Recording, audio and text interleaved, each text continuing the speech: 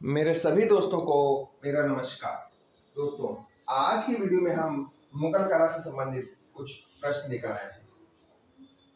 इसमें सबसे पहला प्रश्न है, मुगल कला में चित्रकार कहलाता था या मुगल कला में चित्रकार को क्या कहते थे? इन दो प्रकार से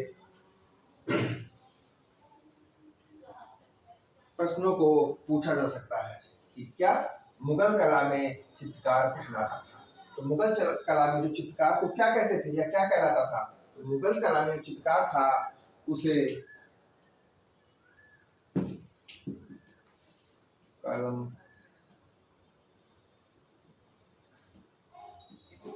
कलम करतार कहा जाता था। क्या कहा जाता था? कलम करतार। प्रश्न ये भी पूछ सकते हैं कि मुगल कला में कलम करतार किसे कहा गया? मुगल कला में कलम करतार किसे कहा जाता था? तो मुगल कला जो है इसमें कलम करतार चित्रकार को कहते थे।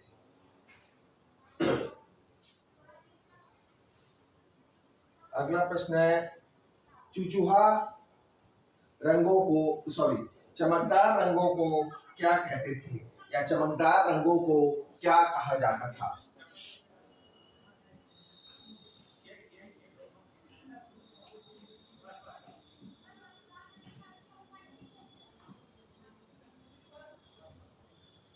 या चमकदार रंगों को क्या कहा जाता था?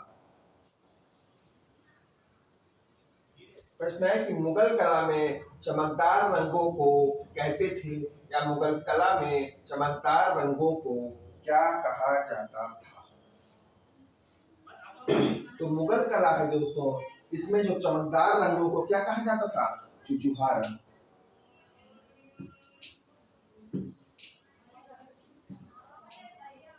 चुचुहा क्या कहा जाता था?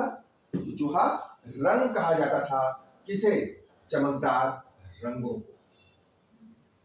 अगला प्रश्न है, हम बात कर रहे हैं मुगल कालीन कला से या मुगल कला के बारे में। अगला प्रश्न है, वह चित्र को मुगल कला में किस नाम से जानते थे या क्या कहते थे?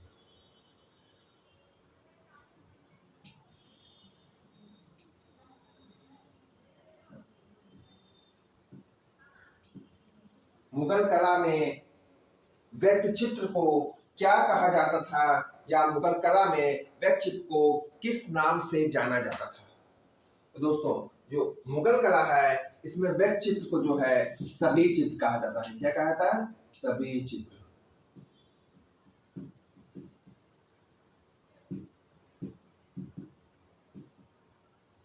क्या कहते हैं? सभी चित्र। किसे कहते हैं? व्यक्ति चित्र को या पोर्ट्रेट को भी।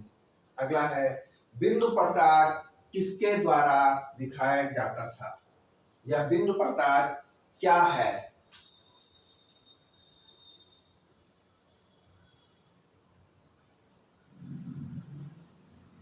बिंदु पड़ताल किसके द्वारा दिखाया जाता है या बिंदु पड़ताल क्या है?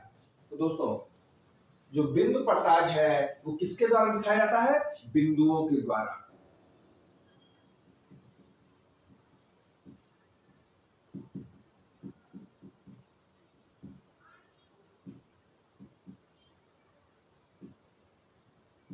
बिंदुओं के द्वारा क्या दिखाया जाता है?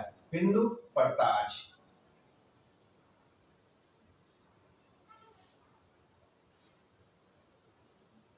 और एक और होता है खर पड़ताल। ये बिंदु पड़ताल हो गया, एक होता है खर पड़ताल। तो खर पड़ताल किसके द्वारा दिखाया जाता है?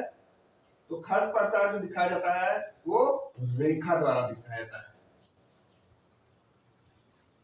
अगला है, मुगल कला में कितने चश्म चेहरे का प्रयोग हुआ है?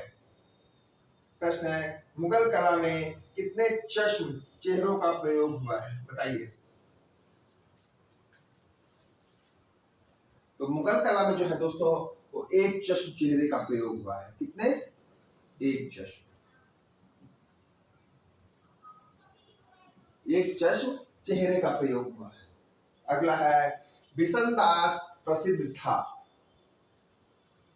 प्रश्न है, बिशनदास प्रसिद्ध था या बिशनदास क्यों प्रसिद्ध था? या बिशन दास निपुण था। अलग अलग तरीके से प्रश्न हो सकता है। तो बिशन दास क्यों प्रसिद्ध था दोस्तों? बिशन दास प्रसिद्ध था सभी चित्र बनाने में।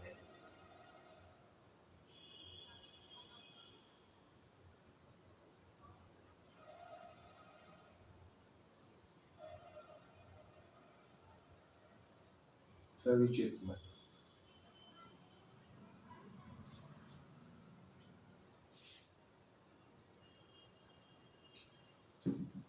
किसमें प्रसिद्ध था? छवि चित्र बना सॉरी सभी चित्र बनाने में। बिशन दास प्रसिद्ध था किसमें? छवि चित्र बनाने में। इसी ने 3 चित्र भी बनाए थे। 3 प्रमुख चित्र थे। कौन सा इसका?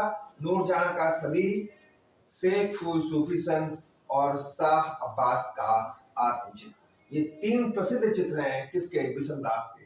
अगला है शाहनामा में क्या चित्रित है?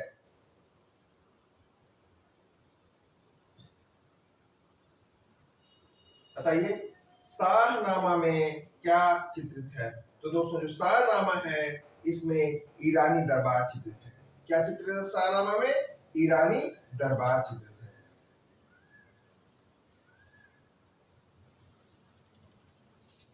शाहनामा में क्या चित्रित है? तो शाहनामा जो है इसमें ईरानी दरबार का चित्रण है।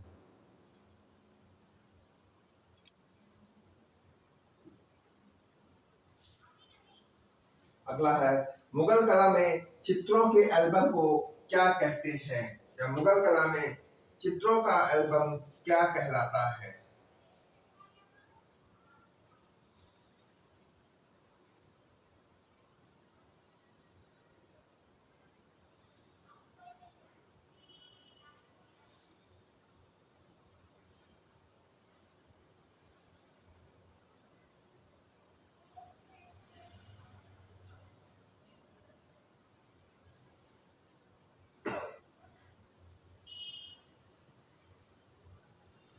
बताइए।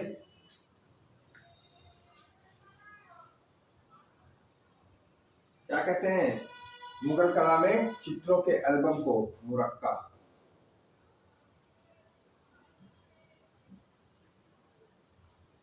क्या कहा जाता है? मुगल कला में चित्रों के एल्बम को क्या कहा जाता है? मुरक्का।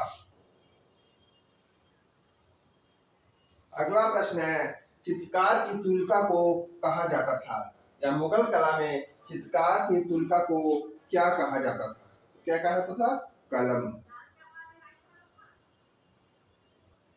क्या कहा जाता था? कलम कहा जाता था। किसको? तुलिका को। और जो चित्रकार थे वो किससे चित्र बनाते थे? तुलिका से। तो उनको क्या कहा गया? कलम करतार।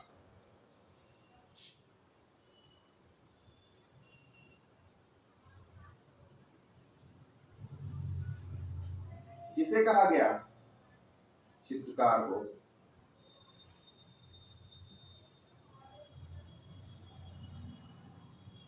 ये है, ये पूरा ब्रैकेट में, इसको कंफ्यूज मत होइएगा आप लोग, ये मिटा ही दीजिए।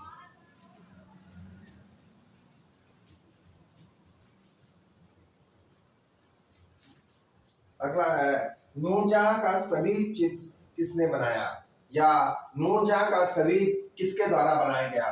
तो दोस्तों जो नूरजहां का सभी है वह बिशन दास द्वारा बनाया गया।